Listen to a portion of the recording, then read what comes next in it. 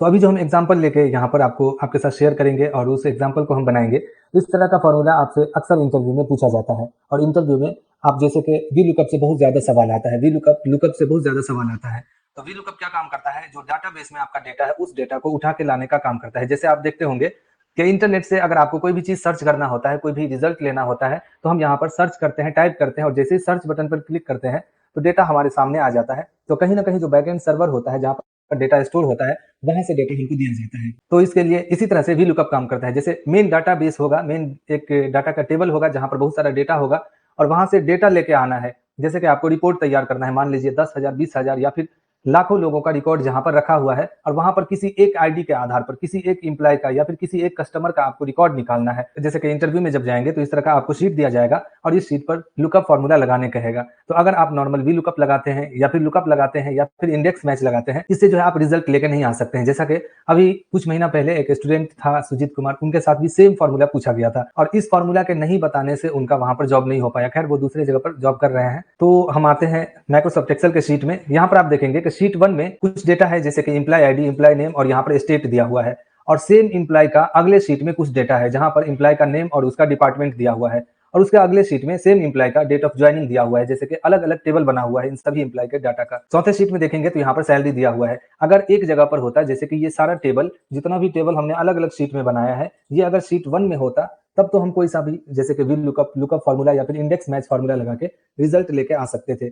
लेकिन यहाँ पर अलग अलग शीट में टेबल है, अलग अलग शीट में अलग अलग कॉलम है, और हर एक कॉलम से हमको शीट 5 में रिजल्ट लेके आना है। जैसे कि एम्प्लॉय आईडी के आधार पर एम्प्लॉय नेम, और उसके बाद आप देखेंगे शीट 1 में एम्प्लॉय नेम के बाद स्टेट है, लेकिन हमें यहाँ पर क्या लेके आना है, एम्प्लॉय नेम के बाद में डिपार्टमेंट लेके आना है, जो कि दूसरे शीट में है। उसके बाद हमें स्टेट लेके आना है, जो कि पहले शीट में है। उसके बाद हमें यहाँ पर डेट ऑफ ज्वाइनिंग लेके आना है, जो कि तीसरे शीट में है, और उसके बाद सैलरी लेके आना है, जो कि चौथे शीट में है।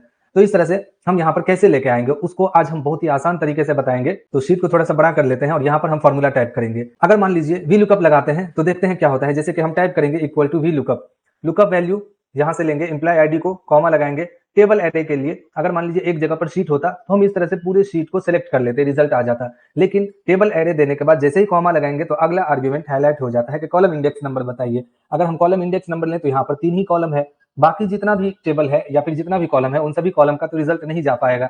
तो उसके लिए हम यहाँ पर नॉर्मल वी लुकअप से रिजल्ट लेकर नहीं आ सकते हैं। वी लुकअप के साथ में आपको मैच फॉर्मूला लगाना होगा। तो हम टाइप करेंगे equal to V lookup, lookup value के लिए इस आईडी को एम्प्लॉय आईडी वाले सेल को सिलेक्ट करेंगे, कॉमा लगाएंगे। अब जहां पर पूछा जा रहा है टेबल एरे, यहीं पर हमको ध्यान देना है, यहाँ पर हमें चूज फॉर्मूला लगाना है। तो टाइप करेंगे यहाँ पर चूज, ब्रैकेट ओपन करेंगे। यहाँ पर पूछ रहा है इंडेक्स नंबर। अब देखिए कोई एक नंबर तो है नहीं, कोई एक रिजल्ट तो लेके आना नहीं है जो हम एम्प्लॉय यहाँ पर जो इंडेक्स नंबर डालेंगे और उसके आधार पर वैल्यू पुट कर देंगे। यहाँ पर आपको इंडेक्स नंबर बताना होगा। तो कैसे समझेंगे कि इंडेक्स नंबर टोटल कितने कॉलम का यूज कर रहे हैं। तो देखिए जहां पर आप रिजल्ट लेके आना चाह रहे हैं वहां पर टोटल आप कितने कॉलम का यूज कर रहे हैं। हो सकता है कि जो आपका टेबल है, मेन टेबल में जो अलग अलग टेबल में जहां पर डेटा है उसमें से हम किसी कॉलम को यूज ना करें। जैसे कि आपके बड़ा सा टेबल, आपके सामने बड़ा सा टेबल दे दिया जाए और उसमें से कुछ ही कॉलम का रिजल्ट लेके आना है, जो कि पहले इस कॉलम का फिर दूसरे कॉलम का हो सकता है। शीट 2 में फिर दूसरा टेबल है, उस टेबल में से कुछ कॉलम का रिजल्ट लेके आना है। तो उस कंडीशन में कि टोटल आपको देखना है, जहां पर आपको रिजल्ट लेके आना है वहां पर आपको ध्यान देना है कि टोटल आप कितने कॉलम का यूज कर रहे हैं। तो जैसे हम देख रहे हैं यहाँ पर employee ID, employee name, department, state, date of joining और सैलरी, ये टोटल करीब 6 कॉलम हो जाता है ना। तो यहाँ पर हमें इंडेक्स नंबर में 6 नंबर टाइप करना होगा, 1 से लेके 6 तक। अगर हम डायरेक्ट 1 2 3 करके टाइप करेंगे तो जैसे ही 1 टाइप करके कॉमा लगाएंगे तो यहाँ पर कहेगा एक नंबर का वैल्यू दीजिए। तो यहाँ पर ऐसे नहीं टाइप होगा, यहाँ पर आपको कर्ली ब्रैकेट के अंदर में मतलब एरे पास करना है यहाँ पर। तो हम कर्ली ब्रैकेट के अंदर में शिफ्ट के साथ कर्ली ब्रैकेट ओपन करेंगे और उसके बाद हम यहाँ पर जितना भी कॉलम का यूज कर रहे हैं उन सभी कॉलम के लिए इंडेक्सिंग कर लेंगे। जैसे कि 1, 2, 3, 4, 5, 6। यहाँ पर आप देख सकते हैं टोटल 6 कॉलम का यूज हम कर रहे हैं। तो यहाँ पर 6 नंबर मैनुअल हम टाइप कर लिए। लेकिन इन 6 नंबर का मतलब क्या है, फॉर्मूला को तो पता नहीं चलेगा कि इन 6 नंबर का, जैसे 1 नंबर क्या है, 2 नंबर क्या है, नंबर से तो कुछ पता नहीं चलेगा। तो अब यहाँ पर कह रहा है कि जितना भी नंबर आपने टाइप किया है उन सभी नंबर के लिए वैल्यू असाइन कीजिए। मतलब कि एक नंबर को क्या समझेगा, कितने नंबर का कॉलम। तो इस हिसाब से आपको हर एक नंबर के लिए कॉलम असाइन करना होगा, वैल्यू असाइन करना होगा। तो जैसे हम देखें हमारा जो मेन टेबल है, यहाँ पर देखेंगे कि 1 नंबर में एम्प्लॉय आईडी है, तो सीधा हम आएंगे शीट 1 में, यहाँ से एम्प्लॉय आईडी वाले इस कॉलम के हेडिंग पर कर्सर रखेंगे और इस तरह से इस कॉलम को सिलेक्ट कर लेंगे, कॉमा लगाएंगे। अब देखेंगे कि दूसरा हमें क्या लेके आना है। तो आप देखेंगे मेन टेबल में दूसरा column employee ID, employee name है, तो फिर से हम शीट 1 में आएंगे, एम्प्लॉय नेम वाले इस कॉलम को यहाँ से हेडिंग से सिलेक्ट कर लेंगे, कॉमा लगाएंगे। अब देखेंगे कि तीसरा वैल्यू हाईलाइट हो रहा है, मतलब कि 2 नंबर के लिए 2 वैल्यू असाइन कर चुके हैं। अब तीसरे नंबर के लिए तीसरा वैल्यू देना है। तो उसके लिए हम फिर से आएंगे, यहाँ पर चेक करेंगे कि तीसरे नंबर पर क्या है। यहाँ पर डिपार्टमेंट है। अब देखिए शीट 1 में डिपार्टमेंट तो है नहीं, तो सीधा आपको चले जाना है जिस शीट में भी डिपार्टमेंट होगा। जैसे कि शीट 2 में डिपार्टमेंट है, तो डिपार्टमेंट वाले इस कॉलम को इस तरह से सेलेक्ट करेंगे, कॉमा लगाएंगे। अब चौथे नंबर के लिए वैल्यू असाइन करना है, तो चौथे नंबर में क्या है पहले ये चेक करेंगे। तो चौथे नंबर में स्टेट है, फिर से हमें शीट 1 में आना होगा, इस तरह से स्टेट को सिलेक्ट करेंगे, कॉमा लगाएंगे। उसके बाद पांचवें नंबर के लिए वैल्यू असाइन करना है, तो पांचवें नंबर पे डेट ऑफ ज्वाइनिंग है, तो शीट 3 में आएंगे। शीट 3 में आएंगे और यहाँ से डेट ऑफ ज्वाइनिंग वाले इस कॉलम को सिलेक्ट करेंगे, कॉमा लगाएंगे और उसके बाद पांचवें नंबर के लिए वैल्यू असाइन करना है। तो चौथे शीट में यहाँ पर सैलरी दिया हुआ है, छठे नंबर के लिए छठा वैल्यू असाइन करना है। यहाँ पर देख सकते हैं वैल्यू 6 हाईलाइट हो रहा है। वैल्यू 6 में हम सैलरी वाले इस कॉलम को सिलेक्ट करेंगे। अब ब्रैकेट क्लोज करेंगे। अब यहाँ पर कॉमा लगाना है, जैसे कॉमा लगाएंगे अब पूछेगा आपसे कॉलम इंडेक्स नंबर। अब यहाँ पर देखेंगे कि टोटल कॉलम कितना हमने यूज किया है, 1 2 3 4 5 6, और अभी जो हमें रिजल्ट लेके आना है वो कितने नंबर कॉलम का रिजल्ट लेके आना है, ये आपको ध्यान में रखना है। जैसे कि हमें दूसरे नंबर कॉलम का रिजल्ट लेके आना है, मतलब कि अगर हम एम्प्लॉय आईडी यहाँ पर टाइप करें तो यहाँ पर एम्प्लॉय नेम आ जाना चाहिए। तो हम यहाँ पर टाइप करेंगे 2, कॉमा लगाएंगे, एग्जैक्ट मैच के लिए 0 लगाएंगे, ब्रैकेट क्लोज करेंगे और एंटर करेंगे। अब यहाँ पर एम्प्लॉय आईडी दीजिए, जैसे कि 1001, एंटर करेंगे तो आप देखेंगे कि यहाँ पर नाम आ गया। अब हमें डिपार्टमेंट लेके आना है, तो मैनुअल तरीका क्या है कि या तो आप इसी फॉर्मूला को कॉपी कीजिए, कॉपी करने के बाद में अगले कॉलम में आइए, यहाँ पर आप इसी फॉर्मूला को पेस्ट कीजिए और यहाँ पर आप कॉलम इंडेक्स नंबर चेंज कीजिए। तो इस तरह से एक एक करके कॉलम इंडेक्स नंबर आपको चेंज करना होगा।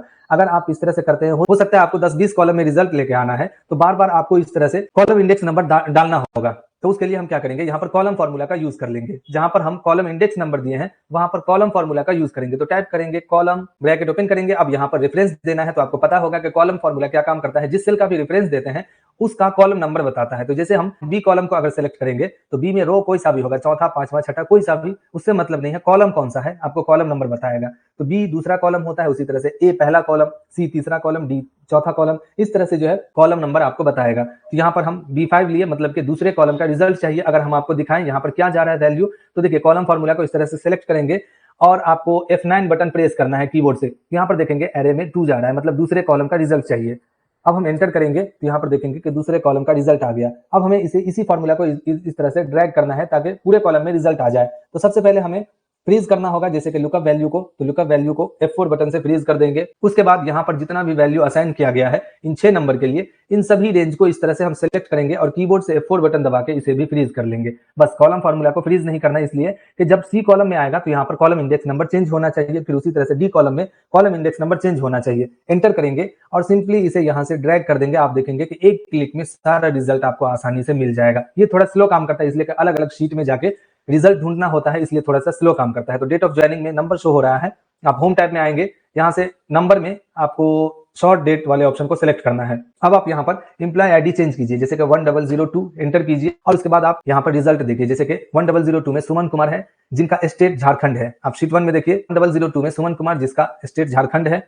शीट 2 में देखें इनका डिपार्टमेंट जो है अकाउंट है, यहाँ पर देखेंगे डिपार्टमेंट अकाउंट है, यहाँ पर अकाउंट लिखने में मिस्टेक हो गया, स्पेलिंग मिस्टेक हो गया है। उसके बाद आप यहाँ पर देख सकते हैं जितना भी डेटा है वो सारा डेटा ऑटोमेटिक हमें रिजल्ट वाले टेबल में जैसा है वैसे ही आपको शो हो रहा है। ऐसा फॉर्मूला है कि अगर वी लुकअप जहां पर काम नहीं करेगा, वी लुकअप लगा के आप थक जाते हैं, तो आप वी लुकअप के साथ चूज लगाएंगे, किसी भी तरह का डेटा होगा रिजल्ट आपको ऑटोमेटिक मिल जाएगा।